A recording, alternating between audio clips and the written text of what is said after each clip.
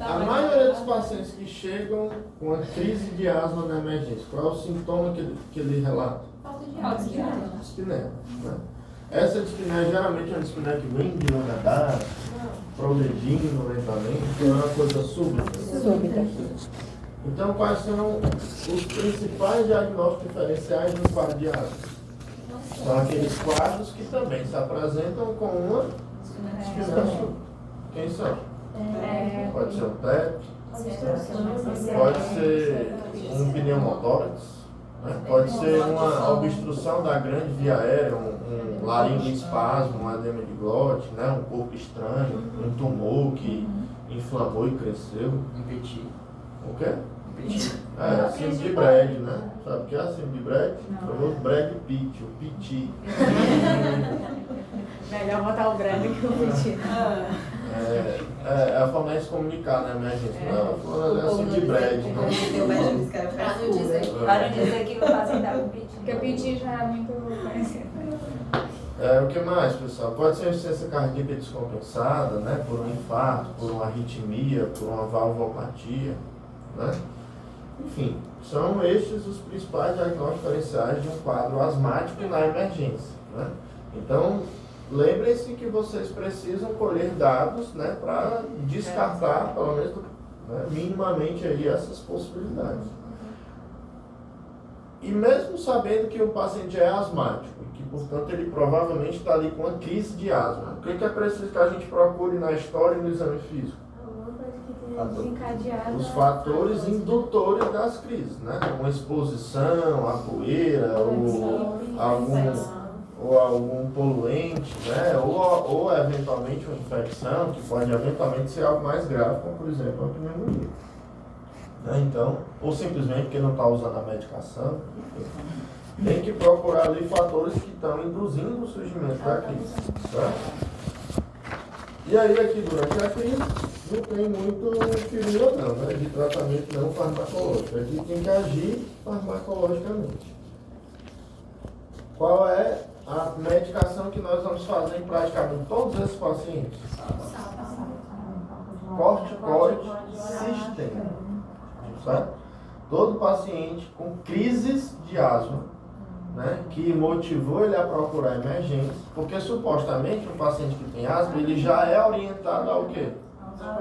A utilizar as medicações de resgate em casa para ver se ele melhora. Né? Então supõe-se que se ele foi para emergência é porque ele já utilizou as medicações e não houve a resposta esperada. Então qual é a medicação que você vai utilizar ali na emergência de cara? Corticoide sistêmico. Se ele tiver com a via oral patente, né, se ele não tiver dispneico ao ponto de não conseguir engolir o comprimido, você deve utilizar o comprimido. Por quê? Porque não existe diferença documentada cientificamente na eficácia de uma medicação endovenosa para uma medicação oral. Teoricamente é a mesma coisa em relação ao corticoide. Então você vai fazer ali 0,5 mg por quilo de prednisona ou algo equivalente a isso de uma medicação endovenosa. Hidrocortisona, dexametasona, metilprednisolona, qualquer uma dessas que vocês quiserem. Dizem que para o pulmão o melhor é a Dexa, né? Utilizamos muito a Dexa lá na época do Covid. Mas documentado do ponto de vista científico não existe isso. Não, aí são doses equivalentes, né? Geralmente a gente faz de 200 a 600 mg de hidrocortisona, de 4 a 10 de dexametasona, de 25 a 50 de metilprednisolona. Tem dexametasona oral e venoso? Tem. O famoso Decadron. Certo? E aí depois vamos para os broncodilatadores, né? Aqui nós vamos utilizar aqueles que têm ação rápida, né? Ou seja, um beta-2 agonista de rápida ação. Quem é este? É o salbutamol, né? O famoso Aerolin. Certo? A gente vai fazer, se for a apresentação em gotas, a gente vai fazer de 5 a 10 gotas, né? Se for a apresentação em puffs, a gente vai fazer de 4 a 10 puffs. Você faz a cada 20 minutos, por 3 vezes. Se não resolver, você pode fazer mais 3. Certo? Só um. 4 a Não, são 4 a 10 puffs ou 5 a 10 gotas, se for aerosol, né? Não, aerosol, ele só deixa e fica Aí, fica lá. Tem que botar 6 litros por minuto, né? Seja de ar comprimido ou então de oxigênio. Depois, a gente pode utilizar um antimuscarínico de rápida ação. Que ao invés de ser o brometo de tiotrópico, é o brometo de hipatrópico, que é o famoso atrovente. Que este a gente vai utilizar de 20 a 40 gotas ou de 4 a 10 puffs. Certo? Da mesma forma, faz a cada 20 minutos, por 3 vezes. Se não resolver, pode fazer mais 3. Até existe um puffzinho que tem os dois juntos. O aerolim, o salbutamol, e o atrovente, o hipatrópico, que é o famoso duovente. Que aí você pode fazer o puffzinho, que aí já tem as duas medicações juntas. Certo? Na maioria dos pacientes, pessoal, quando está na emergência, a gente utiliza pelo menos esses 3. Corticoide sistêmico, beta-2 agonista e antimuscarínico. Isso vai resolver, eu diria que a maioria dos pacientes. Se esse trio não resolver, quem que eu posso adicionar? Sulfato de magnésio. Vou fazer 2 gramas, né? Pega 2 ampolazinhas de sulfato de magnésio a 10%, dilui em 100 ml, vou colocar para infundir em 30 minutos. Boa parte dos pacientes vão responder a isso, mas outros não. Então, se eu já fiz essas 4 medicações, o que eu ainda posso fazer?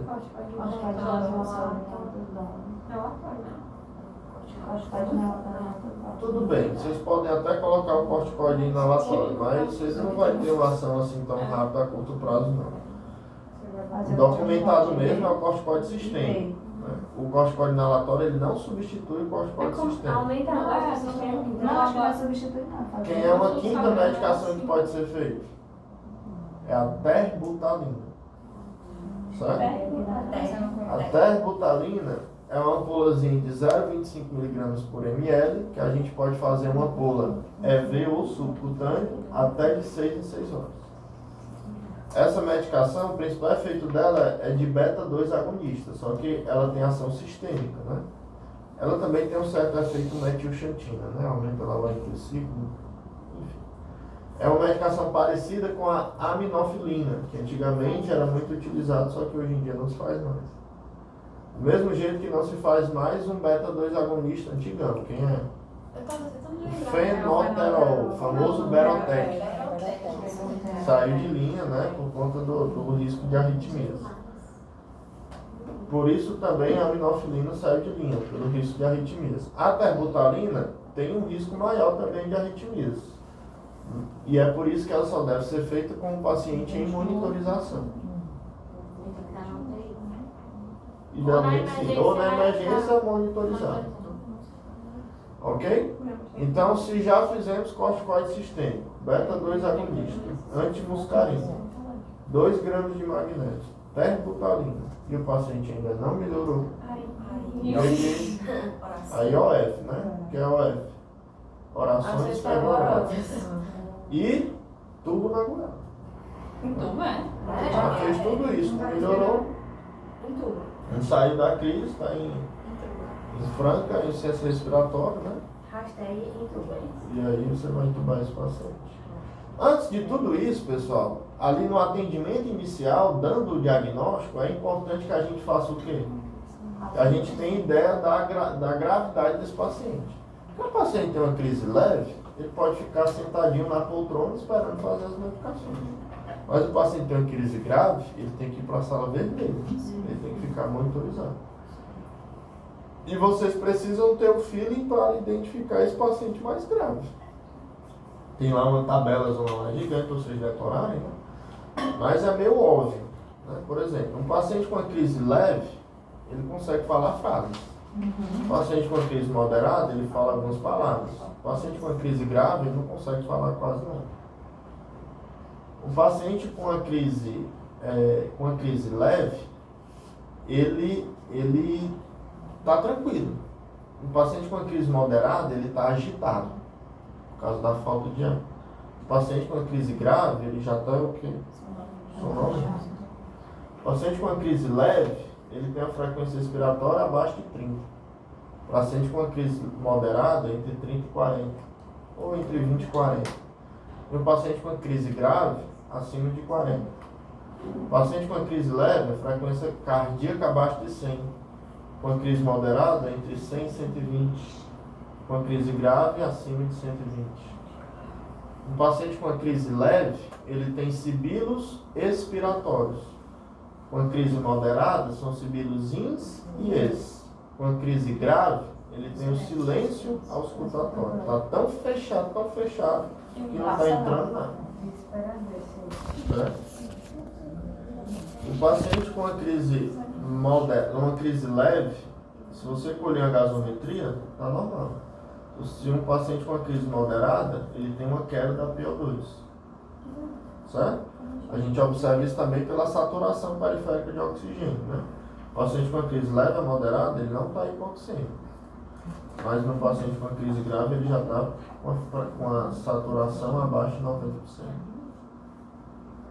Ok? Então, com esses detalhes, né, vocês vão perceber se o paciente é o mais ou menos grave. Se ele for mais grave, ele merece estar monitorizado, né? Se ele tiver uma crise bem leve, ele pode até ficar sentadinho lá na poltrona esperando para fazer as medicações. Ok? Em relação à intubação, né, foge aqui do nosso escopo, mas tem alguns pequenos detalhes que não custa nada lembrar vocês, né? Geralmente, quando a gente vai intubar o paciente, a gente faz o quê? A sequência rápida, né? Que passa pelo uso de um sedativo, o uso de um analgésico e o uso de um bloqueador neuromuscular. O analgésico, habitualmente que a gente usa é o fentanil. Aqui, quando tem um broncoespasmo importante, a gente pode utilizar uma medicação que tem um efeito broncodilatador, que seria a lidocaína. Como sedativo, habitualmente a gente usa o etomidato, certo? Na maioria dos pacientes, porque é uma droga bem estável, equilibra bem a pressão. Mas a ketamina e o propofol são sedativos que têm efeito broncodilatador, então devem ser utilizados nesse contexto. E o bloqueador neuromuscular é o famoso QL5, né? O subsídio colônico. Ok? Ok. É isso. Dúvidas? Norteados? Dia 28, né? Dia 28, eu tô